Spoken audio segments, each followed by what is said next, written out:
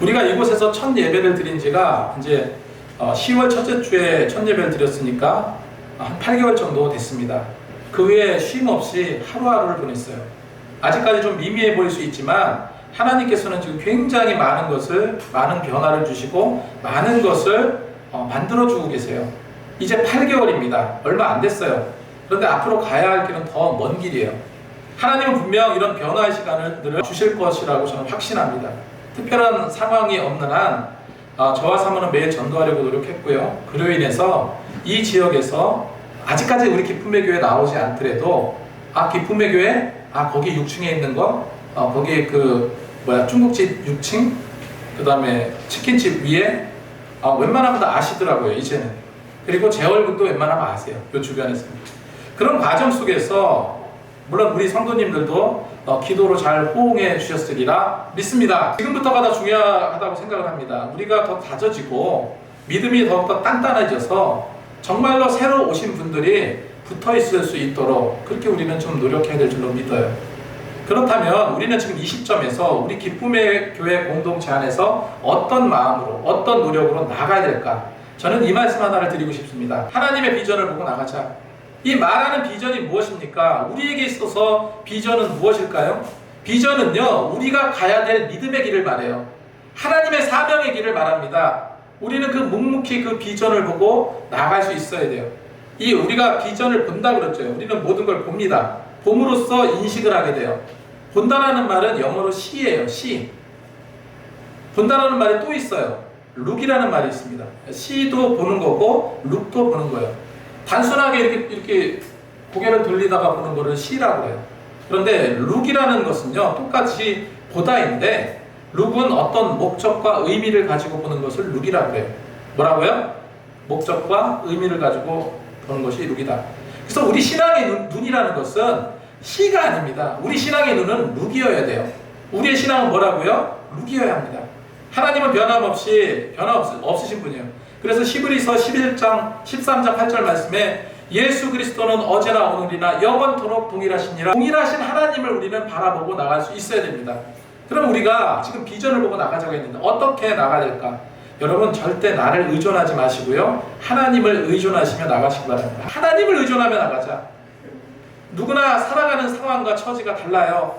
그 형편과 상황을 직시하지 않고는 여러분 미래를 설계할 수 없습니다. 그런데 미래 설계를 내가 해야 된다, 내가 해낼 수 있다, 이렇게 우기지 마시고요, 우리 신앙은 나를 의존하는 것이 아니라 하나님을 의존하는 신앙을 가져야 된다 말씀드렸죠. 나를 의존하면요 100% 실패해요.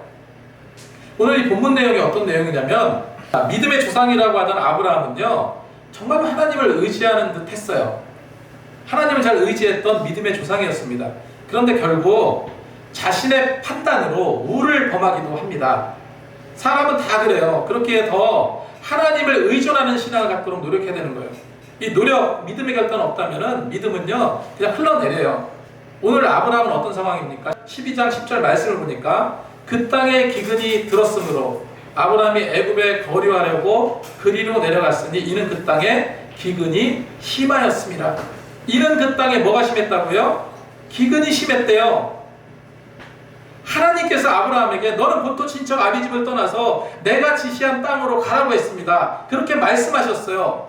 하나님이 말씀하셨으니까 순종했습니다.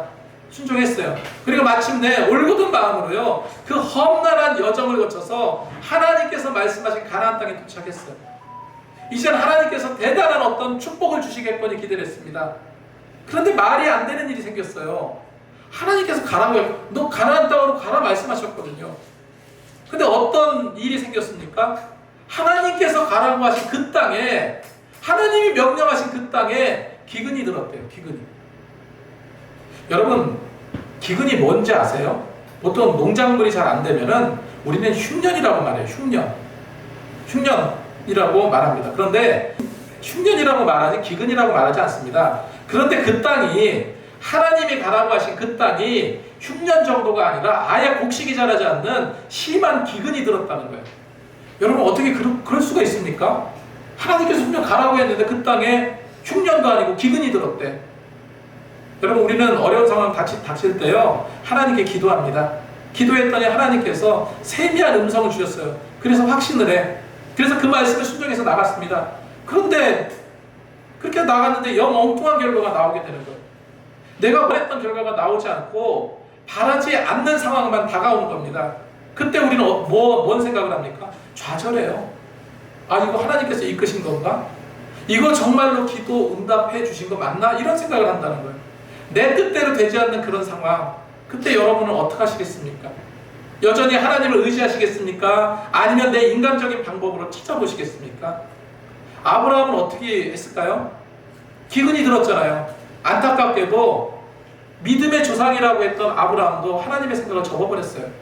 절대절명의 상황을 맞이했을 때 하늘을 쳐다봐야 되는데, 하나님을 의존해야 되는데, 아브라함은요 자신을 의존했어요. 야, 이러다 안 되겠는데? 이러다 굶어 죽겠는데? 그래서 아브라함은요 자기 아내 사라와 함께 하나님이 주신 가나안 땅이 아니라 어디를 내려갑니까? 애굽을 내려가요. 애굽을. 하나님이 가라고 하신 땅과 정반대의 땅을 향해 갑니다. 왜? 먹고 살기 위해서. 살기 위해서 그것이 최선이라고 여겼던 거예요. 그런데 일이 풀렸습니까? 아니요. 아예 가족이 해체될 정말로 절대절명의 위기 상황을 맞게 된 겁니다. 기근으로 힘들어서 애굽 땅에 내려갔는데 그곳에 어떤 일이 벌어졌습니까? 아내가 너무 예뻤어요. 너무 예쁘다 보니까 애굽 왕에게 아내를 빼앗기게 되는 그런 상황을 맞이하게 된 거예요. 앞으로도 뒤로도 빠져나갈 수 없는 그런 상황. 그래서 갈피를 못 잡던 아브라함은 좌절하면서 후회했지만 어쩔 수가 없었습니다. 하지만 하나님은 다시 아브라함을 회복시켜 주셨어요. 하나님은 기적적인 방법으로 아무 일이 없이 사라를 찾게 해주셨습니다. 그리고 사라를 구해주시고 가족을 회복시켜 주신 하나님께 감사의 제사를 드립니다. 창세기 13장 4절 말씀에 그가 처음으로 제단을 쌓은 곳이라 그가 거기서 여호와의 이름을 불렀더니 이렇게 기록하고 있어요. 이런 엄청난 일을 겪으면서 아브라함은요, 이제 알게 됐어. 그 어려움, 그 짧은 순간을 참지 못하고 그 땅을 버리려 했던 자신에 대한 어떤 후회, 그리고 하나님 말씀에 순종하지 못한 자신이 한없이 부끄러웠습니다. 아브라함은 정말 회개하는 마음으로 제일 먼저 뭐를 했습니까? 하나님께 단을 쌓고 하나님을 높이는 그런 제사를 드렸던 거예요. 여러분, 사람들 언제 하나님 말씀을 저버리겠습니까? 사람들이요, 하나님의 말씀을 언제 저버릴까요? 어떤 어려움과 위기 속에서 하나님을 떠나기도 하죠. 반면에 어려움을 극복하면서 더 큰 하나님의 비전을 구하는 분도 계세요. 근데 하나님의 말씀을 저버리게 될 경우는요, 하나님의 말씀을 의지하는 것보다 내 생각이 더 커져버릴 때예요. 현실적인 판단에 너무 집착하게 될 때 말씀대로 살지 않게 되는 것 같아요. 여러분, 이런 거는요, 우리가 극복해야 될 시험입니다. 극복해야 되는 거예요. 지난주 화요일날 챗GPT 세미나를 진행했어요. 8분이 참여를 했습니다. 많이 오신 거예요, 정말로. 그리고 이 지역에서, 송내동 지역에서 오신 분이 2분 계셨어요. 2분 계셨는데 뭐 현수막을 붙였어요? 아니면 무슨 대단한 홍보를 했습니까? 아무것도 한 게 없습니다. 그럼 뭐를 했습니까? 주보 뒤에 챗GPT 세미나 그거 해가지고 매일 전도하면서 매일 들렸잖아요. 어쨌건 2분이 오셨어요, 이 지역에. 근데 2분이 다 교회 다니시다가 쉬고 계신 분이에요. 교회 한번 오시기로 했습니다. 오늘 못 오셨는데 연락은 계속 취하고 있습니다. 근데 교회 한번 다녀보겠다고 오셨어요. 제가 그 세미나를 할 때 우리 교회 한번 오세요 이러지 않았어요. 아무 얘기가 안 꺼냈습니다. 나중에 세미나가 끝난 다음에 목사님, 저 교회 다니다가 잠깐 쉬고 있는데 교회 한번 오겠습니다. 2 사람이 그렇게 얘기를 하는 거예요, 직접적으로. 제가 오라고 하지 않았는데 본인이 오겠다고. 말씀은 그렇게 하셨습니다. 우린 뭐 해야 되겠습니까? 기도해야죠. 오시면 되잖아요. 기도하고 기다리고 또 노력해야죠. 세미나는 저 주보 뒷면에 있지만 3가지 버전으로 다시 또 준비를 합니다. 이거 계속해서 할 거예요. 특별히 제 친한 목사님이 그때 오셨는데 와서 이거 들으시더니 이렇게 말씀하시는 거예요. 야, 이거 목회자들에게 정말 필요한 것 같다라고 얘기하시더라고요. 그래서 그런 건 아니지만 목회자를 위한 세미나도 하려고 합니다. 이렇게 생각할 수 있죠. 외부 목사님들을 모시고 세미나를 해? 그게 우리 기쁨의 교회 전도에 도움이 될까? 이렇게 말할 수도 있을 거예요. 여러분, 우리 기쁨의 교회 공동체 안에서 교회 세워주고 우리만 부흥하는 거 아무 의미가 없습니다. 여러분, 교회는요 다 부흥해야 돼요. 다 성장해야 됩니다. 다 하나가 돼야 돼요. 우리는 정말로 아직까지 자립이 되지 않고 작은 교회지만 정말로 작은 교회를 또 섬기고 계신 목회자분, 내가 도울 수 있는 게 한 가지라도 있다면 도울 겁니다. 얼마나 많은 목사님들이요, 또 사모님들이 이 복음의 열정으로 열심히 사시는지 몰라요. 그런데 잘 되지 않잖아요. 은퇴하신 목사님들 얘기를 들어보면 이렇게 말씀하시더라고요.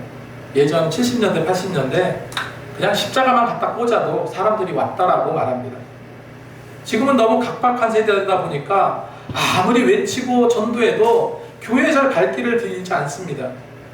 하지만 우리 교회 보세요. 그래도 보내주시잖아요. 뜨면 보내주시잖아요. 여러분이 이 세미나는 지역 주민을 위해서 또 복음 전파를 위해서 계속될 겁니다. 많은 기도가 필요하고 인내가 필요하고 내 개인적인 일도 마찬가지예요. 내가 노력하고 애써야지만 기도하면서 하나님과 여러분 상의하시기 바랍니다. 절대로 나를 의존하지 말고 하나님을 의존하시기 바라요. 두 번째로 먼저 손 내미는 자가 되시기 바랍니다. 고린도전서 강해를 쭉 하고 잠깐 텀을 두고 몇 주간 이제 제목 설교를 한 다음에 다시 고린도를 이어가겠습니다. 오늘 그냥 비전을 갖고 나가자 이 제목으로 말씀드리는데, 먼저 뭐를 내밀라고요? 먼저 손을 내미는 자. 이제 하나님께서 아브라함에게 많은 축복을 쌓아주셨어요. 목축을 하던 아브라함은요 하나님이 약속하신 그 땅에서 이제 큰 부자가 됐어요. 자, 여러분, 우리 신앙생활도 환경에 따라 변하기 쉽습니다. 그래서 늘 제가 말씀드리는 게 뭡니까? 내 안과 내 마음과 밖을 살피라. 내 안은 내 마음의 어떤 심령의 상태가 믿음으로 나아가고 있는가. 또 밖은 뭐예요?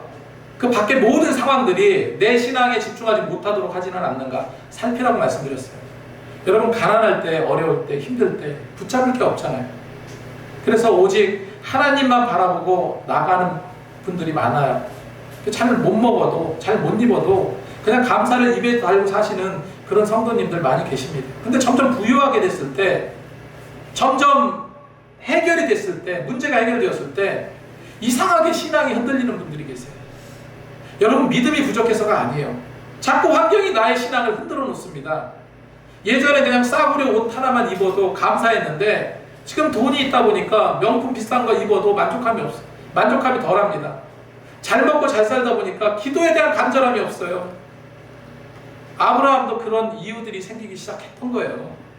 아브라함은 애굽에서 빈손으로 돌아왔지만 하나님께서 어떻게 합니까? 먹고 살게 해주셨어요. 그래서 아들처럼 키웠던 조카 롯이 아브라함과 함께 따라다니면서 하나님께서 많은 축복을 주셔서 양과 염소와 소유가 많아졌어요. 이제 어떻게 된 겁니까?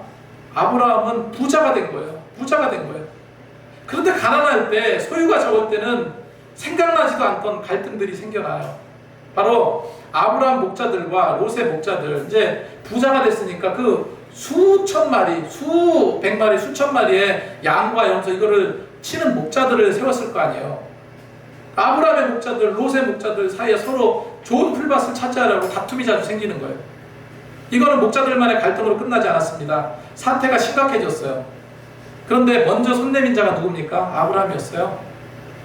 아브라함은 믿음의 조상답게 용단을 내립니다. 이 말씀은 창세기 13장 8절 9절 말씀에 있는데, 아브라함이 롯에게 이르되 우리는 한 친족이라 나나 너나 내 목자나 서로 다투게 하지 말자. 내 앞에 온 땅이 있지 아니하냐. 나를 떠나가라. 내가 좌하면 나는 우하고 내가 우하면 나는 좌하리라. 삼촌인 아브라함이 이렇게 말했을 때 조카는 오히려 아브라함에게 이렇게 말했어야죠. 삼촌이 먼저 좋은 땅 찾아가세요. 이렇게 해야지 정상일 겁니다. 그런데 조카 롯이 먼저 땅을 살펴보더니 물이 넉넉해서 여호와의 동산 같고 애굽 땅 같은 소돔 땅을 자신이 먼저 가겠다고 말합니다.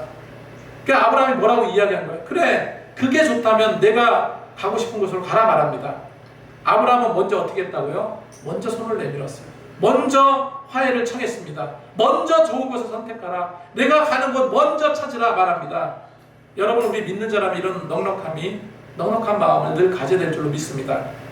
악착같이 무엇을 뺏으려고 하고 악착같이 뭐를 더 가지려고 안간힘을 쓰시지 마시고 넉넉함을 지니시기 바랍니다.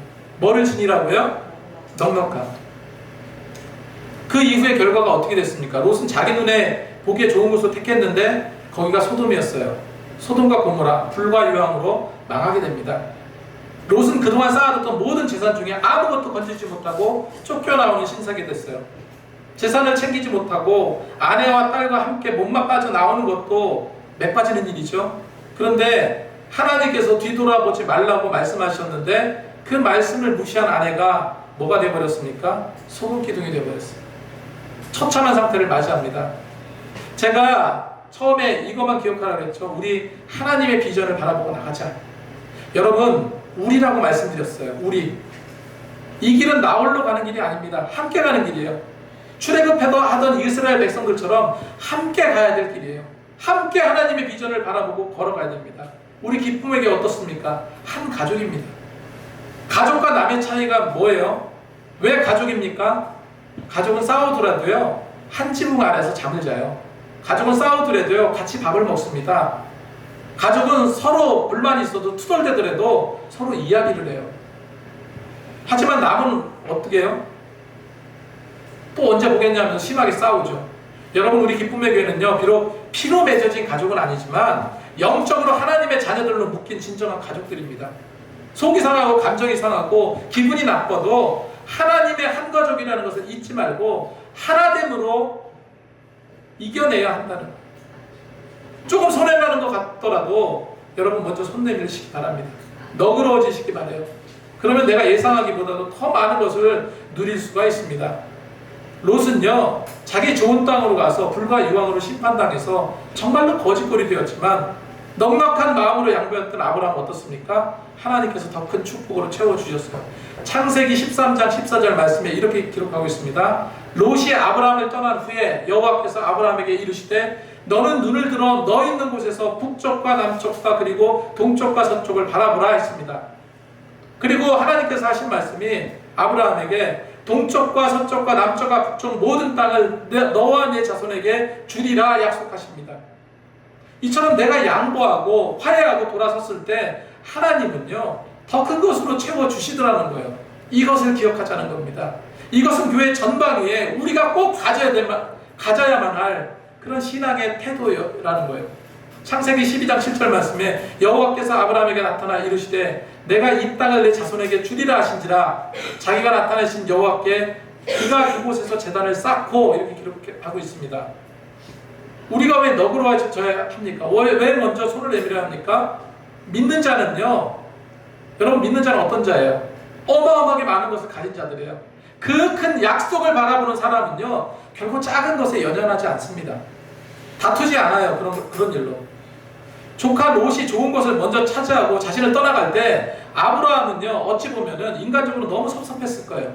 하지만 아브라함은요, 더 좋은 땅보다, 더 좋은 문명보다, 더 화려한 것보다 하나님께서 열어주실 그 놀라운 축복을 더 기대했던 거예요.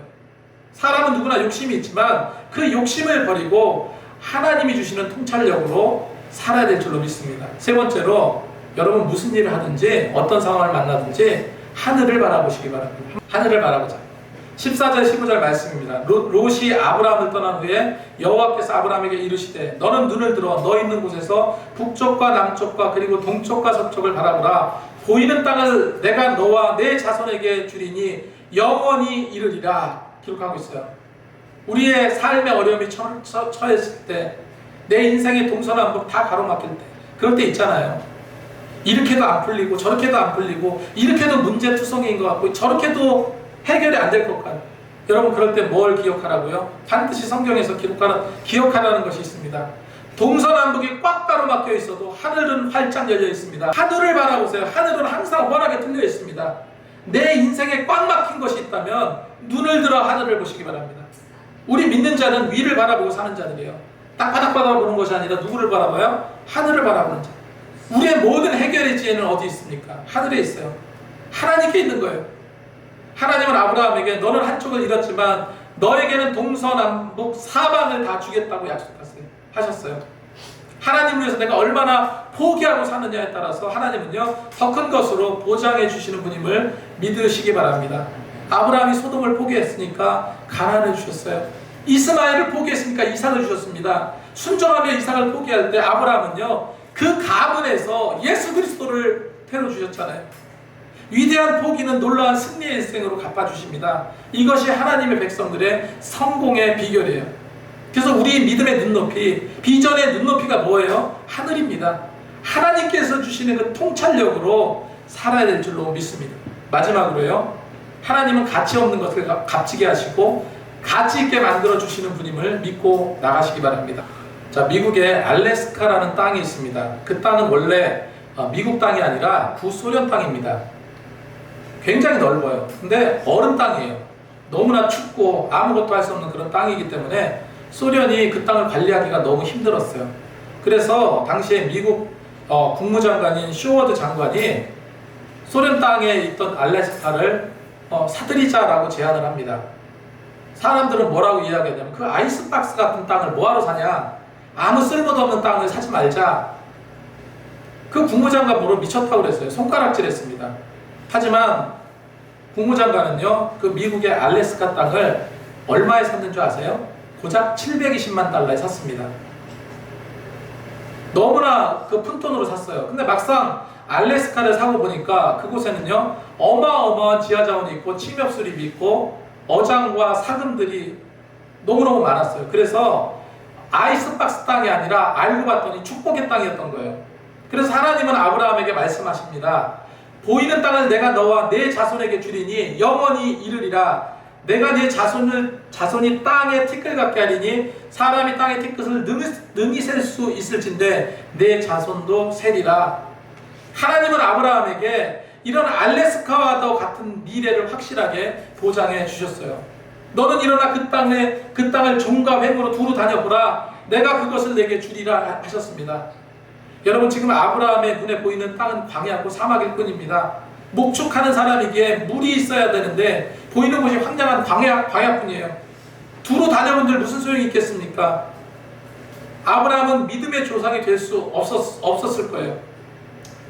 눈을 들어 동산 한번 바라보라고 하셨을 때 바라보기를 뭘 바라봐도 가만히 있어도 주실 것을 주시겠지라고 아브라함이 생각했다면 아브라함의 하나님의 약속은 성취되지 않았을 거예요. 그래서 우리 기독교에서는 우리 시각의 혁명이 혁명과 더불어서 이 발바닥 사건이 일어나야 된다라고 말합니다. 이게 무슨 말이냐면 하나님을 향하는 발바닥, 예배에 오는 발바닥, 기도의 발바닥, 헌신의 발바닥, 이런 부지런함이 있어야 된다는 거예요. 행함이 있는 믿음은 기적을 가져옵니다. 내가 믿고 나간다면요, 하나님은요 내가 살아가는 그 삶의 반경에서 정말로 아이스박스 같은 알래스카, 아무 쓸모 없을 것 같은 그 알래스카 같은 땅도 천연자원과 금과 광물이 풍부한 그 어족으로 가득 차 있는 그런 대단한 가치의 알래스카 땅으로 되게 해주실 줄로 믿습니다. 그게 내게 주실 하나님의 가치입니다. 90세가 넘어 보이는 할아버지가 돌밭에서 돌을 골라내면서 삽질을 하고 있어요. 힘겹게 감나무를 심고 있습니다. 지나가던 사람이 답답하다는 생각이 들었어요. 그래서 그 90세가 넘은 어르신에게, 어르신, 이 감나무를 누구를 위해서 이렇게 힘겹게 감나무를 심으세요? 라고 물었더니, 아, 이거요, 내 손자를 위해서 감나무를 심고 있습니다.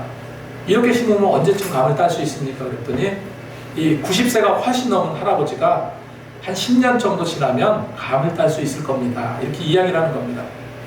설령 내가 감을 따먹을 수 없을지라도, 내게 유익이 되지 않을지라도, 여러분, 우리 기쁨의 경우 어떻게 됩니까? 다음 세대를 위해서 기쁨으로 이 비전을 가지고 감나무를 심어야 될 줄로 믿습니다. 네. 우리는 그런 거예요. 우리는 비전을 심는 겁니다. 한 가지 예화만 드리고 말씀을 맺겠습니다. 한 신발 공장 사장님이 시장을 조사했어요. 그래서 아프리카로 직원을 보냈습니다. 아프리카에 이제 조사를 해보고 보고를 받게 되었어요. 그런데 두 사람이 이제 조사를 했는데 한 직원이 이렇게 말합니다. 사장님, 아프리카에 갔더니 사람들이 모두 신발을 신고 다니는 사람이 없어요. 우리는 그 땅에서 신발을 팔 수가 없습니다. 그렇게 보고를 했어요. 그런데 다른 직원이 뭐라고 보고하냐면은 똑같은 상황이에요. 똑같은 상황, 신발을 신고 다니지 않는 그 아프리카 사람들, 똑같은 상황을 보고 이렇게 말합니다. 사장님, 아프리카 사람들은 신발을 신는 사람이 한 사람도 없어서 우리가 만약에 예쁜 신발을 만들고 그 신발을 가지고 가면 엄청나게 팔 수 있습니다. 여러분 어떤 직원이 되시기 원하십니까? 우리는 주님의 판매 사원이에요. 이곳 속내 지점에 할당된 복음의 판매 사원들입니다. 판매 사원들은 많은 것을 팔아야 돼요. 많은 복음을 팔 수 있어야 됩니다. 우리 기쁨의 교회가 그런 비전을 가지고 정말 복음을 아름답게 팔고 더욱더 하나님의 비전을 누리며 나가기를 간절히 소망합니다. 말씀을 정리하겠습니다. 우리는 어떻게 하나님의 비전을 보고 나가야 되겠습니까? 첫 번째로 나를 의존하지 마시기 바랍니다. 하나님을 의존하며 나가시기 바랍니다. 두 번째, 믿음 안에서 서로 넉넉하고 너그럽고 먼저 손을 내미는 자가 되시기 바랍니다. 세 번째, 무슨 일을 하든지 어떤 상황을 만나든지 하늘을 바라보시기 바랍니다. 마지막으로요, 하나님을 믿으시기 바라요. 하나님은 가치 없는 것을 가치 있게 만들어 주시는 분이에요. 이 사실을 믿고 더욱더 열심히 모든 것을 감당하며 나가시는 저와 여러분이 되시기 바랍니다.